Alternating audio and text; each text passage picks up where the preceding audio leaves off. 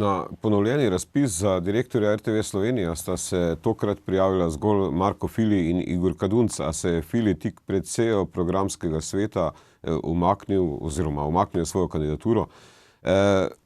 Rekel je takole: predvsem so to osebni razlogi, ki so me do tega pripeljali, hkrati pa tudi dogajanje v ozadju okoli imenovanja generalnega direktorja, ki se je dogajalo v teh dneh, in pa seveda določene izjave, ki so bile objavljene v medijih.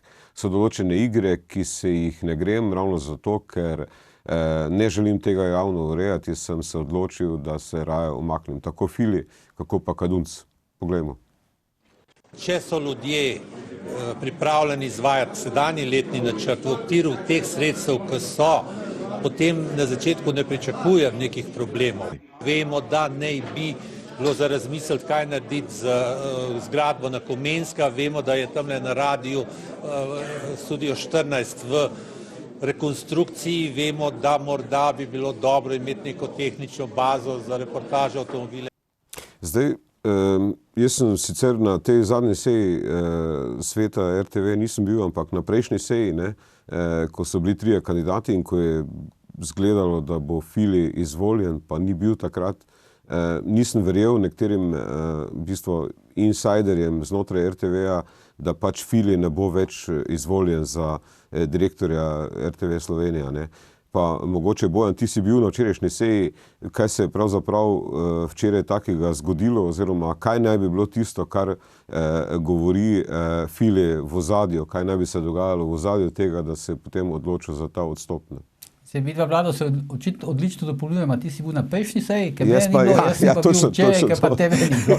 Tako da imamo pokrito, ne? Ja, imamo pokrito zadevo. Ja, jaz mislim zelo preprosto, da se v ozadju ni dogajalo pa to, ker nič kaj tako posebnega, ampak enostavno je Fili izkoristil vse svoje možnosti, ki jih je imel doslej, nikako ni mogel pač sestaviti skupaj 15 glasov. Ja, ta notranja, mislim, jaz sem imel ta občutek, zdaj ne vem, kako je bilo zdaj, ampak takrat na tistem prejšnjem svetu je bilo očitno, da mu ta, bi rekel, ta notranja javnost, ki je zelo pomembna, recimo Miša Molk mu ni bila naklonjena. No, Miša Molk je na tisti seji, ki si ti bil pred vrati, objemala Uroša Grilca, Tako, ker ampak je Uroš Grilc dobil samo 4 glasov, tako da to je irelevantno. Zdaj so pa, kako slišim včeraj, to so mi povedali, so pa Miši Molk tako prepovedali, da se udeležuje sej sveta, pravzaprav udeleži se jih lahko kot državljanka, vendar mora iti dol na recepcijo, se prijaviti in potem jo peljejo gor. Ta pravila so zdaj uvedli na svetu zaradi tistih demonstracij pred kratkim in tako dalje. Ampak tako da je zdaj manj ljudi na tej seji sveta. Ampak to hočem reči, jaz mislim, da se je Fili enostavno je preštel je vse svoje lobiste, preštel je vse svoje možne glasove in je videl, da ne more dobiti 15 glasov, kar je potrebno za izvolitev. In se je odločil, najprej je šel na bolniško, nekaj ga je zbodlo v križu, od ponedeljka dalje ni bil, z torka dalje ni bil več na delovnem mestu. Res pa je, da rečem še to nekoliko bran, ima Fili nekaj osebnih družinskih težav, širijo se nekaj dejstev, nekaj se pa širijo različne govorice in mislim, da bo on slej ko prej si poiskal neko službo v Kopru, ker zdaj se je pač leta in leta, 6 let je bil direktor vozil dnevno v Ljubljano in tako dalje, ampak vsekakor, če bi on lahko uspel dobiti, če bi on vsej bil blizu tega, da dobi 15 glasov, bi on zagotovo še kandidiral. Ampak zdaj, seveda, svetniki so včeraj zvolili gospoda Kadunca, ki vsaj velja za finančnega strokovnjaka, on je pač bil vedno desna roka, zadolžen za finance. Zanimivo je, da na enem od prejšnjih razpisov, da mu niso dovoljni kandidature, ker češ, da ne bi izpolnjeval nekaterih formalnih pogojev, to je imela pravna služba. Zdaj, če je Fili bil nekako človek tehnike, ki je poznal tehnični ustroj televizije, se mi zdi, da je razlika s Kaduncem ta, da je pač to človek financ in da človek številk.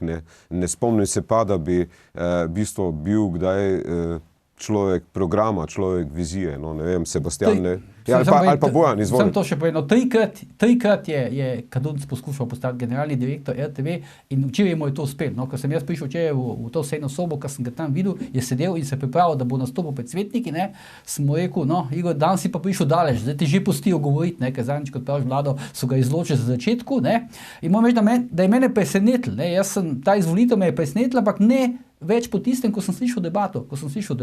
Sem videl, da so mu svetniki naklonjeni, kar nisem predvideval. No? In kasneje vidim, da so se zložile, v debati se je videl, da ga podpira Levica, da ga podpira desnica, ne? Ni ga pa podprla SMC.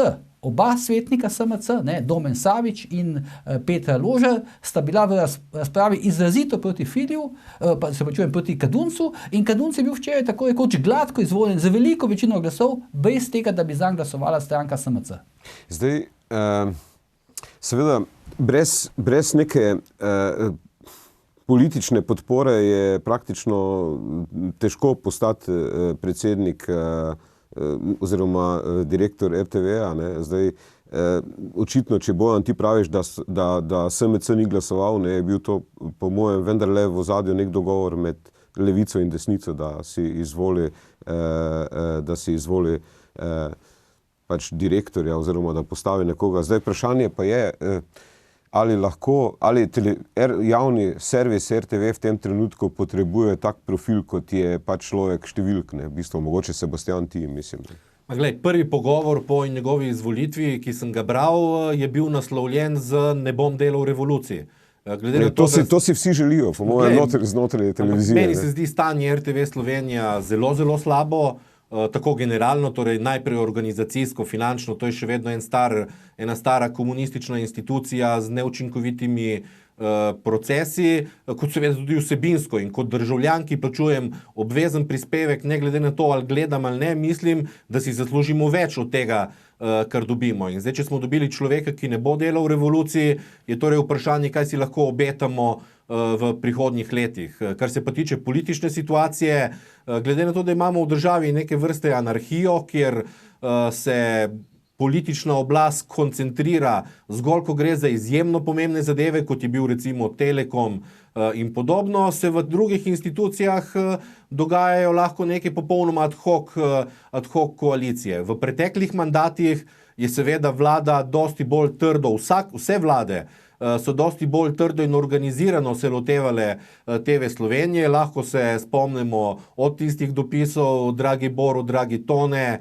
do tega, kar se je zgodilo gospodu Magajni, o čemer smo že komentirali v tej oddaji zaradi njegovega nasprotovanja novemu zakonu o RTV-ju takrat. Skratka, mislim, da tokratna vlada ni tako organizirano pristopila k tej zadevi in potem se seveda v ozadju lahko spletejo neke čisto ad hoc koalicije. Ampak misliš, to bi še rad dopolnil, ker je pač Sebastian rekel, ne, da gre za neko staro, on je sicer uporabil besedo komunistična institucija, ampak res je ta RTV na nek način socialistična institucija. Ne. Mislim, prav zanimivo, tudi fizično. Ko človek pride tja in se sede, pač jaz kot novinar na to sejo sveta, tam se naenkrat odprejo vrata, pridejo neke, kako bi rekel, neke natakarice v službeki, ki ti ponudijo kavo, vse dobiš za ston. Kot v dobrih starih časih. Kot v dobrih starih časih, lahko izbereš kapučino, dobiš celo neko jabolko, sem videl včeraj, tako da lahko ješ in piješ dobesedno tam in tako res si v nekem svetu, ki je bil tukaj okoli pred približno 25 leti. Ne.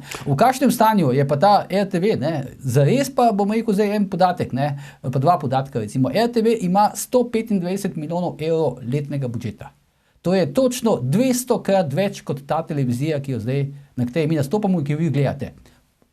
Je pa RTV, kljub temu, da ima 200-krat večji budžet, v povprečju samo 3 do 4-krat bolj gledana kot TV3. Ne. To je pa približno realno stanje, v katerem je ta televizija. To me zanima, v bistvu očitno, mislim, glede na to, kar je Sebastian rekel, ne, ali za politiko, da televizija nima več takšne teže, ker včasih se je šlo, v bistvu, vsaj v 90-ih letih, takrat je bila bitka ne samo za uredniška mesta, za direktorska mesta, ampak tudi za to, kdo ima katerega novinarja noter, oziroma bi rekel, šlo se je vedno Sebastian, da boš to povedal. Za pozicije. To še vedno drži. Torej, očitno in sedanji sistem in kadrovska sestava popolnoma ustreza. TV Slovenija je dokaj mehka do vlade, torej vlada z njo nima nekih težav. Notri so taki in drugačni novinarji, eni bolj korektni, drugi bolj pokvarjeni. Jaz sem sam doživel pokvarjenost TV Slovenije v moji kandidaturi strani velecenjene Slovenke leta Eugenije Carl.